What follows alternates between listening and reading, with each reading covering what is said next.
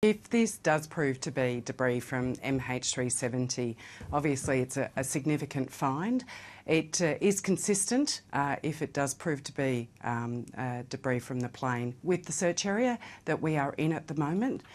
So that's reassuring. It also means that our efforts in that regard can continue and make sure that that we are doing everything we can as quickly as we can to find the aircraft and provide some comfort for families of those on board. Logic tells us that there's no other flap-on that's missing from a Boeing 777, just one from that particular plane. So logically, does it mean that it has to come from that plane? Look, there are records, of course, kept in relation to all aircraft by Boeing, and those records are being checked at the moment to make sure that as part of the investigation, everything from maintenance logs as well are also being checked to see if they can confirm where this piece of debris has come from. I can tell you're being very careful this morning, and that's only right because you've had such a long and difficult and fruitless search so far. But if it turns out that this piece of wreckage is from the plane, does that mean that oceanographers have been searching in the right place or the wrong place? Look, if it is from MH370, it is consistent with where we are searching. So our efforts will continue in that area. We've covered considerable amount of the 120,000 square kilometres to date, and we'll continue to work through that. The weather during winter has slowed our efforts. We've always known that would be the case because of how bad the weather is in that area. But we're looking forward to continuing. We have 2 vessels out there at the moment, and we'll continue to increase that as the better weather comes on in spring and summer. But if the currents have pushed debris this far away from that general site where you've been looking, is it not possible to think that maybe you haven't taken account of currents and moved your search as far as they've gone? This location is consistent with our search area.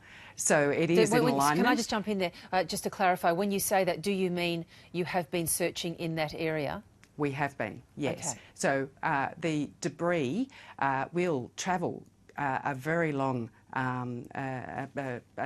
length of the ocean in relation to where it would have travelled from the search area. So the expert advice that we have in relation to drift modelling is that this is very much consistent with the area that we are searching in. So we're just looking there at a map of those, the Reunion Island, another smaller one near it, and Madagascar, of course, just off to the west.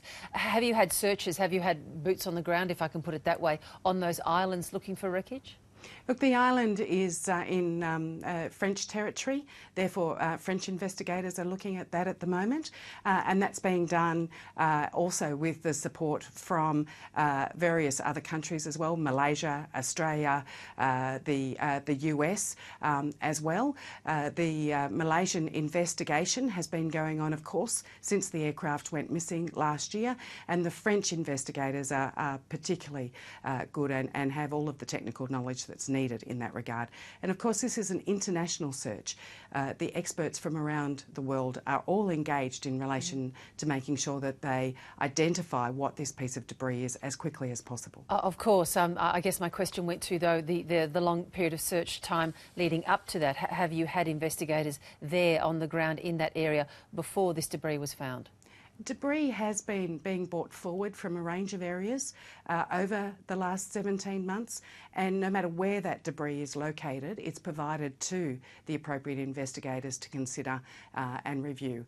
And that information has all come back to Australia in relation to making sure that all of that is confirmed or otherwise. Of course, we haven't had any confirmed debris from the aircraft to date, but all of that information is assessed and considered in relation to not only the aircraft itself, but also what that means for the search area as well. And we continue to refine the search area dependent on any new information that's received. Just quickly and finally then, Judith Zielke, do you think we've got the beginnings to a solution to this mystery?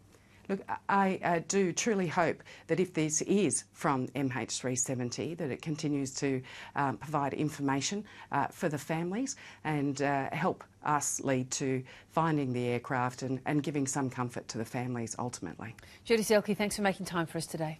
Thank you.